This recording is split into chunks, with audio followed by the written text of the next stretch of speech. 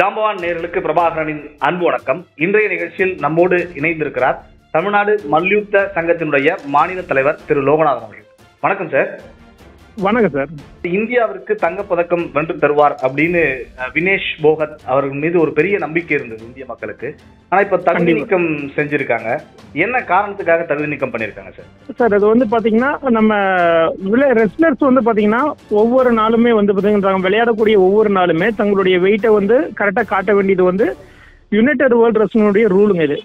Okay. So இவங்க first day வந்து 50 kg வந்து இவங்க தன்னுடைய வெயிட்டை வந்து காமிச்சு தன்னுடைய இதை ஆப்போனன்ட் எல்லாம் விளையாண்டு வின் பண்ணி செமிஃபைனல் வரைக்கும் வின் பண்ணி நெக்ஸ்ட் டே அதாவது டுடே வந்து பாத்தீங்கன்னா இன்னைக்கு ஃபைனல்ஸ் வந்து விளையாண்டு நம்ம இந்தியாவுக்கு வந்து தங்கப்பதக்கம் வாங்கி கொடுப்பார் அப்படின்னு ஹோல் கண்ட்ரியை எல்லாருமே எதிர்பார்த்துக்கிட்டு இருந்தோம். இந்த நிலையில வந்து அவங்க வந்து தன்னுடைய வெயிட்டை வந்து நேற்றைய தினம் இரவு அதாவது பிராக்டிஸ் மேட்ச் முடிச்சுட்டு தன்னுடைய வெயிட் செக் பண்ணி பார்க்கும்போது பாத்தீங்கன்னா ஒரு 2 kg அதிகமானதன் அடிப்படையில தன்னுடைய வெயிட்டை ரெடியூஸ் பண்றதுக்காக கண்டினியூ பிராக்டிஸ் பண்ணியிருக்காங்க. ஸோ ப்ராக்டிஸ் பண்ணியும் கூட வந்து அவங்களால வந்து ஒரு 100 கிராம் குறைக்க முடியாத அடிப்படையில் வந்து இன்னைக்கு வந்து அவங்க தகுதி நீக்கம் செஞ்சிருக்காங்க சார். Okay sir. இது வந்து ஒவ்வொரு போட்டிக்குமே இது வந்து கணக்கில் எடுத்துக்கொள்ளப்படுமா சார்? ஒவ்வொரு போட்டிக்கும் இப்போ செமிஃபைனல்ல இல்ல ஒவ்வொரு போட்டிக்கும் கிடையாது சார், ஒவ்வொரு நாளும். இன்னைக்கு நேற்று விளையாங்க இல்லைங்களா, இன்னைக்கு 2வது நாள். இன்னைக்கு வந்து அவங்க விளையாடுறதுக்கு வந்து இன்னைக்கு 2வது நாளுக்கு இன்னைக்கு வெயிட் செக் பண்ணுவாங்க சார். Okay sir. ஓகே. ஒரு வீரரா இப்போ இத்தனை ஒலிம்பிக்ஸ்ல கலந்துகிட்டு இருக்காங்க, இவ்வளவு அனுபவம் இருக்கு. அப்ப போறப்ப அந்த எடையை மெயின்டைன் பண்ணும் அப்படிங்கிறது அது பயிற்சியாளனுடைய கட்டுப்பாட்டுல வருமா இல்ல வீரனுடைய அவங்களுடைய பொறுப்புல வருமா? எதனால இது மிஸ் ஆகுது? இது வந்து ஆக்சுவலா வந்து இவங்களுடைய பாடி வெயிட் பாத்தீங்கன்னா 53 கிலோ இடையில தான் இவங்க வந்து இதுக்கு முன்னாடி எல்லா இன்டர்நேஷனல் காம்படிஷன் நேஷனல் காம்படிஷன்ல விளையாண்டுட்டு இருந்தாங்க சார். ஸோ லாஸ்ட் இயர் வந்து பாத்தீங்கன்னா 53 kg வந்து ஆல்ரெடி வந்து அன்டிம் பங்கல் நம்ம இந்திய வீராங்கனை வந்து வேர்ல்டு சாம்பியன்ஷிப்ல வந்து பிரான்ஸ் மெடல் அடிச்சதன் அடிப்படையில வந்து இவங்க டைரக்டா வந்து ஒலிம்பிக் கேம்ஸ்ல வந்து அந்த ப்ரொசீஜர் வந்து அவங்க செலக்ட் ஆயிடுறாங்க. ஸோ ஒவ்வொரு நாட்டில இருந்தும் ஒரு இடைப்பிரிவிற்கு ஒரு தடவை செலக்ட் பண்ண முடியும். அந்த அடிப்படையில் அவங்க 53 கிலோவில் அவங்க செலக்ட் ஆனதுனால இவங்க தன்னுடைய வெயிட்டை ரெடியூஸ் பண்ணி 50 கிலோவில் வந்து தன்னுடைய விளையாண்டு இப்போ ஒலிம்பிக் கேம்ஸ் செலக்ட் ஆகி வந்தாங்க சார். ஆல்ரெடி இவங்க வந்து 3 கிலோ குறைச்சி தான் வந்திருக்காங்க. ஸோ இருந்தாலும் தன்னுடைய மேலும் தன்னுடைய திறமை வெளிப்படுத்தணும், நம்ம எப்படியாவது பண்ணிடணும், இந்தியாவுக்கு பெருமை தேடி தரணும் அப்படின்ற அடிப்படையில் ரொம்ப கஷ்டப்பட்டு தான் அவங்க இது பண்ணாங்க. அது வந்து செகண்ட் டே வெயிட்டு காட்ட முடியாது வந்து துரதிருஷ்டவசமானது தான் சார். ஏன்னா எல்லாருமே எதிர்பார்த்து எப்படியோ இந்தியாவுக்கு கண்டிப்பா மெடல் வரும் அப்படின்ற நம்பிக்கை இருந்தது. ஆனா திடீர்னு அது வந்து இது இந்தியாவுக்கு ஒட்டுமொத்த இந்தியாவுக்கு ஒரு பெரிய பேர் அதிர்ச்சியாவே இருக்குது இந்த நியூஸ். Okay sir. சார் இப்போ அவங்க வந்து இப்போ இறுதிப் போட்டிக்கு போனதுனால வெள்ளிப்பதக்கம் உறுதி அப்படின்னு தான் பேசப்பட்டது. ஆனா தகுதி நீக்கம் செய்யப்பட்ட பிறகு அந்த பதக்கம் யாருக்கும் வழங்கப்படாது அப்படின்ற மாதிரியான ஒரு பேச்சு அடிப்படுது சார்.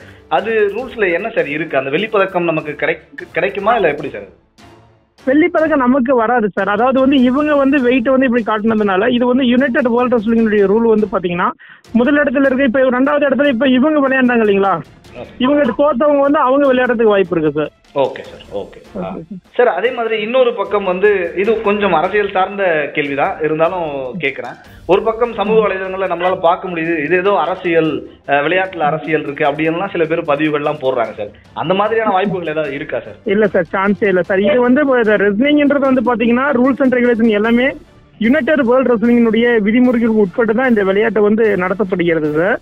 ஸோ அந்த அடிப்படையில் வந்து இவங்களுடைய வெயிட் வந்து காட்ட முடியாது வந்து அந்த பயிற்சியாளர் வந்து இதை ஃபாலோ பண்ணாரு. இருந்துமே வந்து அவர் வெயிட் காட்ட முடியாது போனதான் ஒரு காரணமே தவிர இதுல எந்த ஒரு அரசியல் தலையீடு எதுவும் இல்லை சார். Okay sir. வரலாற்றுல இந்த மாதிரி ஏதாவது வேற வீரர்களுக்கு நடந்த சம்பவங்கள் ஏதாவது இருக்கா சார்? நம்ம நாட்டுல மட்டும் இல்லாம மற்ற வீரர்களுக்கு ஏதாச்சும்? இல்ல, நிறைய ரெஸ்லிங்ல வந்து அக்யூரேட்டா பாடி வெயிட் வச்சிருப்பாங்க சார். திடீர்னு பாத்தீங்கன்னா ஏற்கனவே சுஷில்குமார் கூட பாத்தீங்கன்னா ஒரு வேர்ல்டு இன்டர்நேஷனல் காம்படிஷன்ல வந்து தன்னுடைய வெயிட்டை வந்து காட்ட முடியாம ஒரு மேட்ச்ல பார்ட்டிசிபேட் பண்ண முடியாத ஒரு சூழ்நிலையில கூட வந்திருக்காங்க சார். சார் அதே மாதிரி இறுதியா ஒரே ஒரு கேள்வி சார்.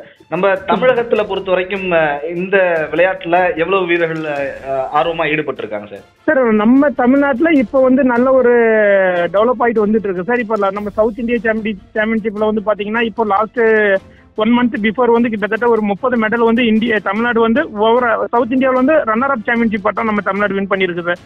இதுக்கு முன்னாடி வந்து ஸ்டேட் நெக்ஸ்ட் அதாவது காரணம் ஃபெசிலிட்டிஸ்னு ஒன்று பார்க்கும் பொழுது நம்ம தமிழ்நாட்டில் வந்து மேட்ச் ஃபெசிலிட்டிஸ் கோச்சஸ் ரொம்ப குறைவா இல்லாம இருந்தாங்க. இப்பதான் வந்து நம்ம அசோசியேஷன் ஃபார்ம் பண்ணதுக்கு அப்புறம் ஒரு 6 பேர் டிப்ளமோ என்ஐஸ் கோச் முடிச்சுட்டு வந்திருக்காங்க. ஒரு சில பேர் இப்போ நேஷனல் ரெஃப்ரீஸ் ஆயிருக்காங்க.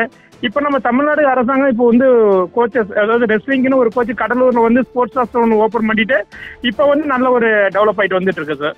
Okay sir, okay sir, thank you sir. உங்களுக்கு நிறைய வேலைகள் Thank you so இருக்கும். much. எங்களோட இணைப்புல பரவாயில்ல. வந்து பல தகவல்களை பகிர்ந்து கொண்டீர்கள். மிக்க நன்றி sir. Thank you so much sir.